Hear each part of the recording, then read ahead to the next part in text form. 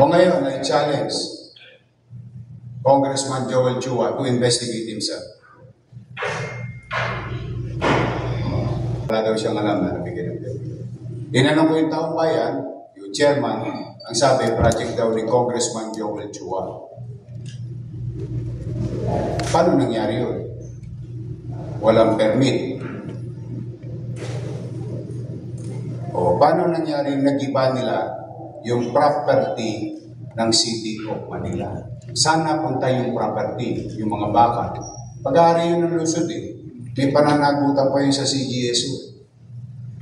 O tapos, biglang tatanggalin nila yung mga daycare center at saka senior citizens office ng City Government of Manila. Kanina napanood po namin yung Facebook live niya na galit na galit. Parang hindi your maze ko yung nakita namin kanina. Parang meron kayo in-inspection ng isang construction site. At Yes. ipinakandado nyo, pinakukumpis kayong mga equipment doon. Ano po yung konteksto doon? Ano po yung kwento sa likod doon? Bakit po ipinatigil nyo yung itinatayong proyekto ng isang congressman doon? Ang initial, kasi magpapatayo kami ng bagong library.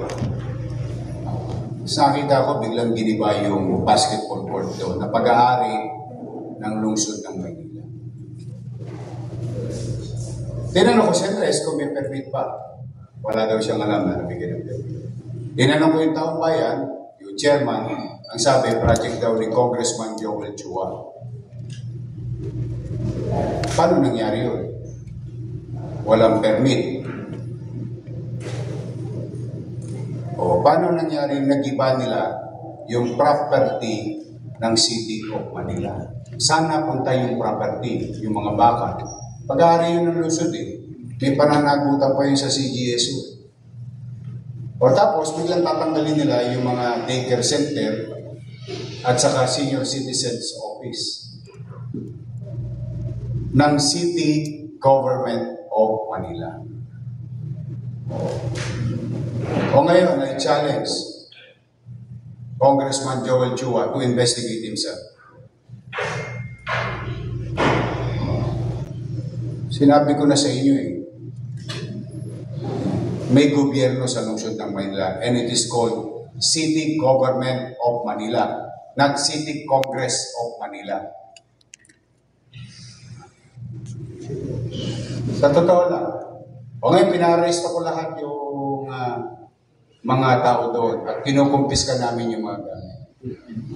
And now we're doing what we need to do.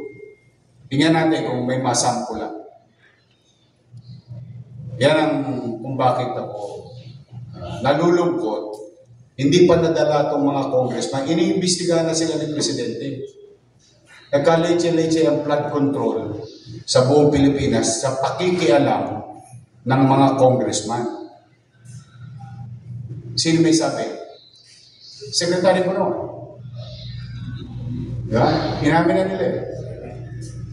Ang trabaho ng congressman gumawa ng batas, hindi magpagawa lang ng kung ano-ano. O ngayon, kung magpapagawa kayo, katulad ng ibang congressman dito, na nagpapaalam, humihingi ng permiso sa building official o sa city engineering, ina-aproba naman namin In fact, I'm gonna tell you, yung Dimasalang, di ba isasara? Gagawin ng DPWH, o humingi ng permiso sa amin, o nagbayad ng buwis, 504,000 pesos. O, ano ibig namin sabihin? Pag magpapagawa kayo, humingi kayo ng permit, building permit. Ang higpit-higpit dito dati, nung araw, 30 square meter, 50 square meter, pinahihirapan nila para bigyan ng permit. Pero itong bilyon-bilyon, daang-daang milyon na project, hindi humihingi ng permit sa city government. O now, I'm calling the attention, and you tell him this. O, lumabas siya ngayon. Lumabas siya.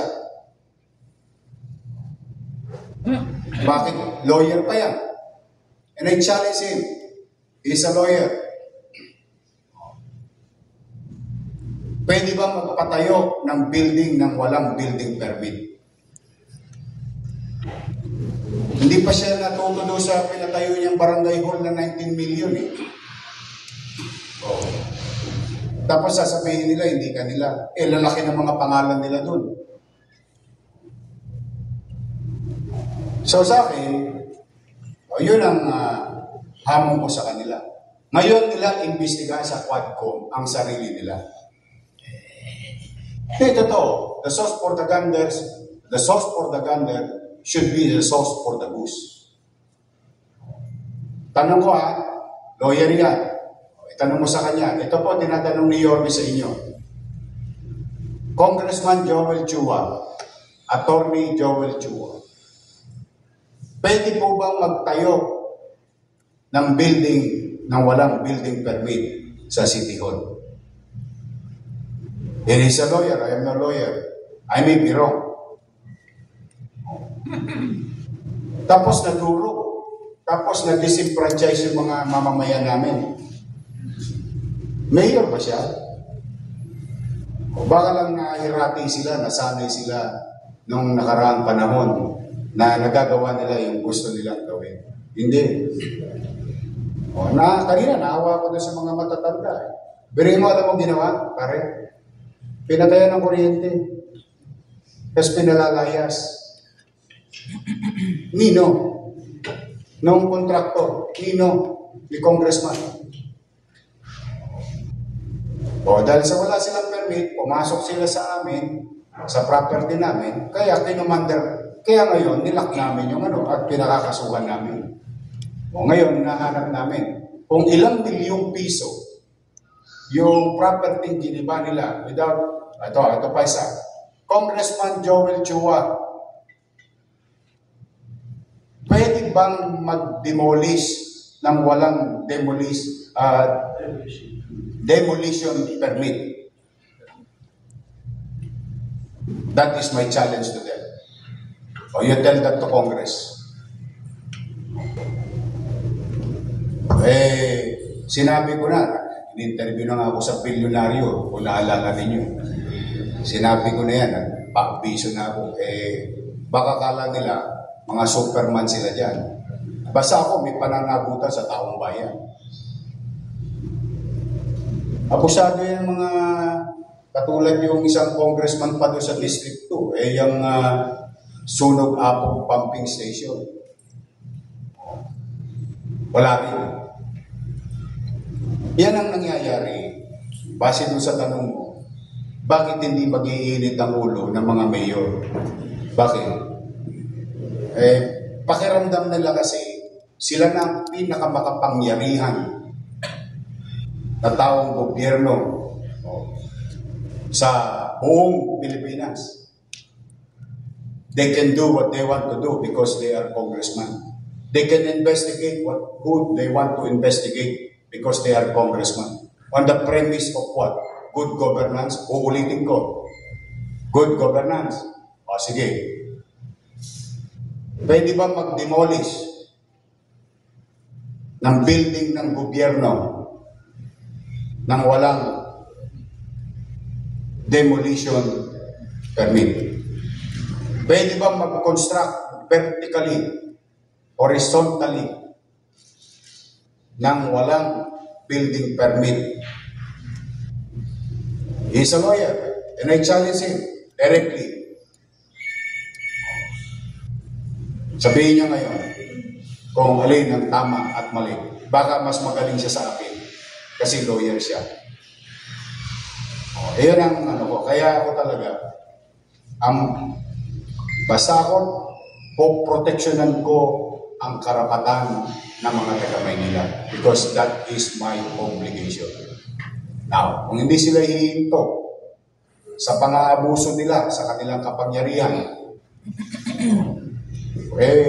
papapanagutin ko sila. Hindi ako, wala akong, no hard close ako sa kanila. Sa totoo lang. May gobyerno na sa lungsod ng Maynila. Anong araw, baka nagagawa nila, nabubola-bola nila yung mayor. Isa lang po ang gobyerno sa Maynila. Ang pangalan, City Government of Manila. Headed by local chief executive. Tapos ang usap. Ayun po ang tugon ko dyan.